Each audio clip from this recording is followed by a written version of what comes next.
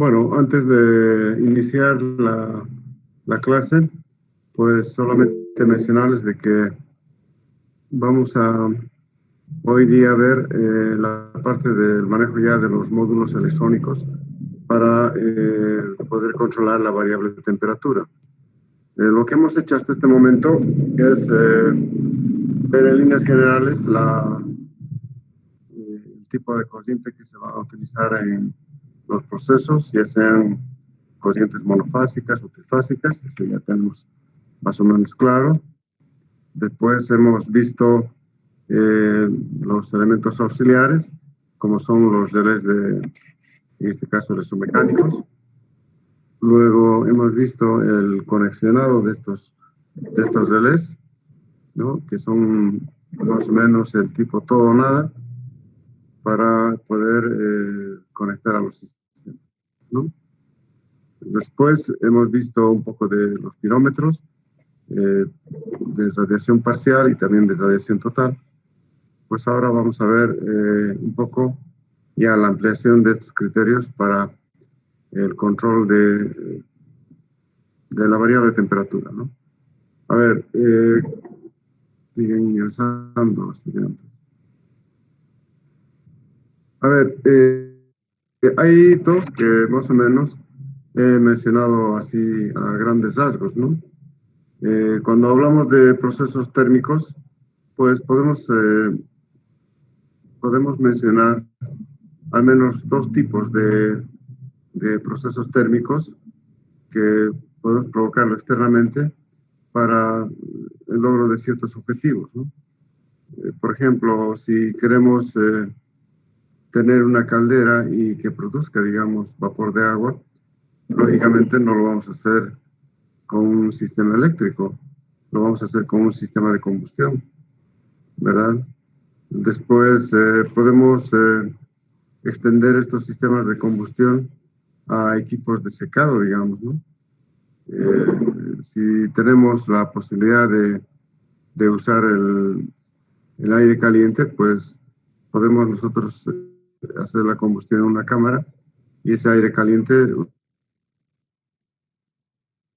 los de alimentos, por ejemplo, van a haber procesos de secado, digamos, en industrias como la soya, el arroz, el maíz, etcétera, donde en las zonas donde se produce, digamos, toneladas de estas materias primas, a veces son sometidos a secado, digamos, el arroz.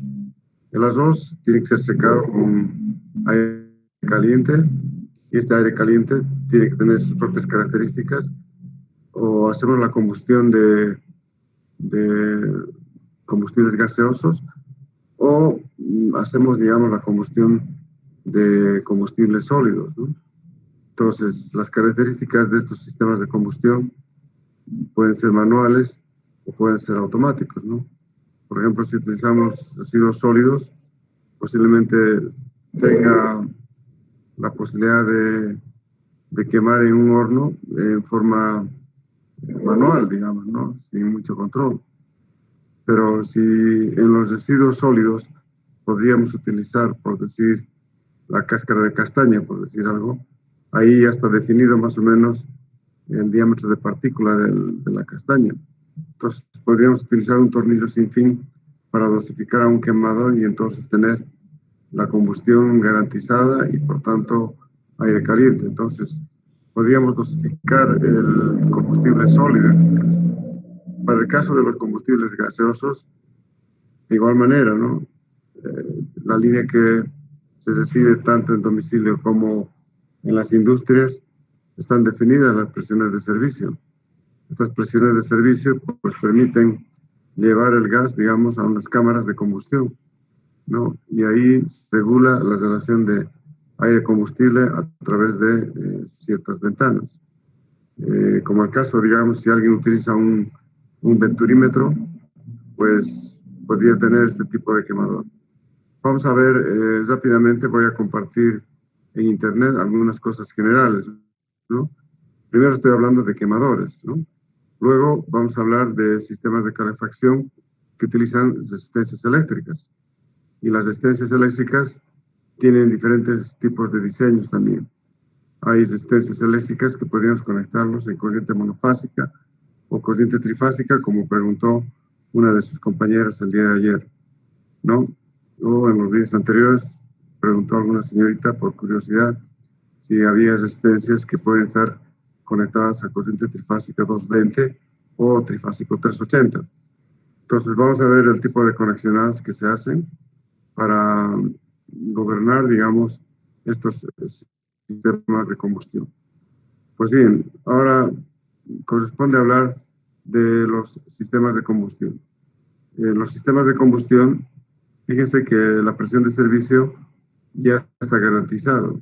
Entonces tendría que yo tener una cámara de combustión de tal forma que cuando esté calentando mucho, digamos, en el proceso, pues yo quisiera cesar la alimentación de gas natural. Entonces, cierro la alimentación de gas natural y se enfría el sistema. Y si ve que se está enfriando mucho el sistema, el control automático debe mandar una señal para que nuevamente una válvula pueda abrir y entrar el gas otra vez con la relación aire-combustible a la cámara de combustión. Pero en la cámara de combustión tiene que haber, qué sé yo, una llama piloto. ¿Qué quiere decir una llama piloto? Una llama piloto significa que tiene que garantizarse siempre la presencia de esta llama, porque cuando se cierra el gas, la llama piloto debe estar encendida siempre. Luego la válvula abre, irrumpe otra vez el gas y entonces al encontrar una llama piloto debe garantizar la combustión. Entonces estoy hablando de una cámara de combustión donde hay una válvula piloto y hay una válvula que, no válvula piloto, sino una llama piloto y una válvula que permita admitir el gas o cerrar el gas. Entonces, vayamos por partes. Cuando el gas irrumpe, aquí tengo, por ejemplo, un instrumento que se llama la válvula solenoide. Este es un modelo de válvula solenoide. Entonces, posiblemente la dirección de esta válvula esté dado por este lado. Aquí hay una pequeña flecha que indica la dirección por la cual irrumpe el gas. Estas válvulas solenoides, estas válvulas solenoides, al igual que los relés electromecánicos, aquí existe una, qué sé yo, una bobina. Este negro que están viendo tiene sus propias características de la bobina. No sé si logran ver. Hay algunas características, como por ejemplo la diferencia de potencial, etc. ¿No? Existe la información de la potencia. En este caso, da 220 voltios, 55, 8 vatios. Entonces, voy a acercar a la cámara para que vean. Y ahí, en líneas generales, la diferencia de potencial que utiliza, la potencia, la frecuencia y los rangos de temperatura que puede manejar. 45 hasta 110 podría manejar Celsius. ¿Sí? Después hay otras características técnicas.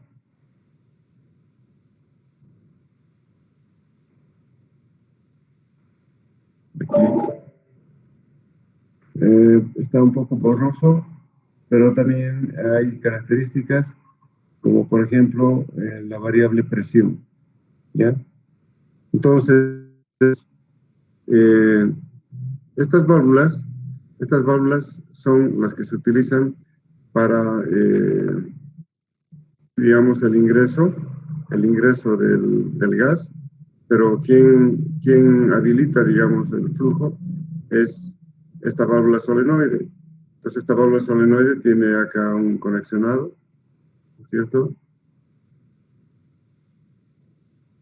Entonces, posiblemente uno sea el común y uno está habilitado para para habilitar la válvula. Es decir, ingresa la corriente, tiene que necesariamente habilitar el campo magnético y por tanto la escotilla abrirlo o cerrarlo. Cuando no entra energía eléctrica, está cerrado el sistema.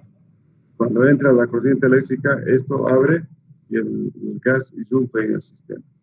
Entonces, generalmente estos...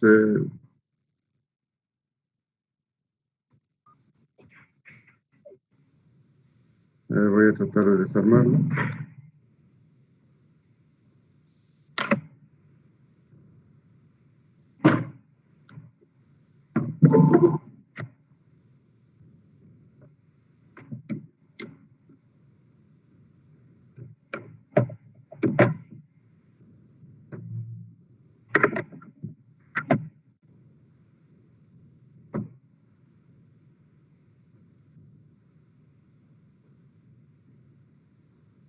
Un segundo, voy a desarmarlo para que vean.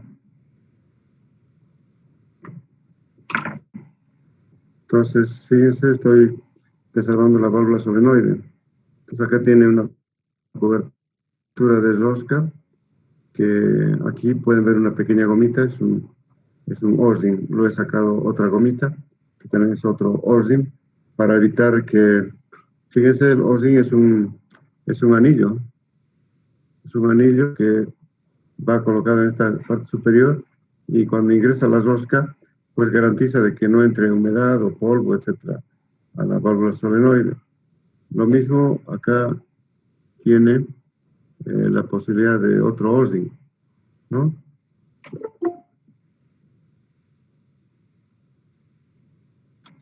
Aquí está. Entonces lo he desarmado.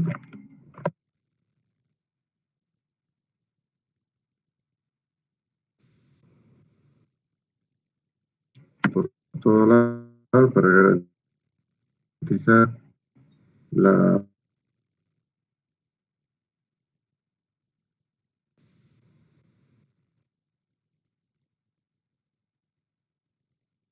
marcarnos el campo magnético. Está acá.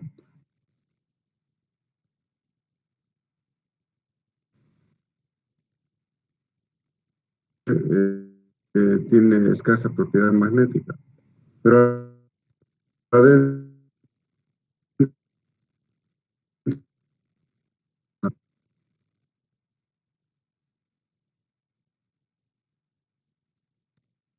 del sistema. Buenas tardes, doctor. Un favorcito, la imagen se está cortando mucho, quizás es por el internet.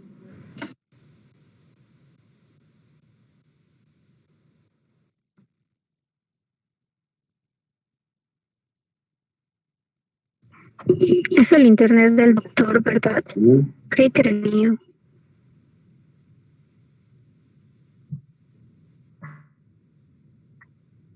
Sí, debe ser su señal.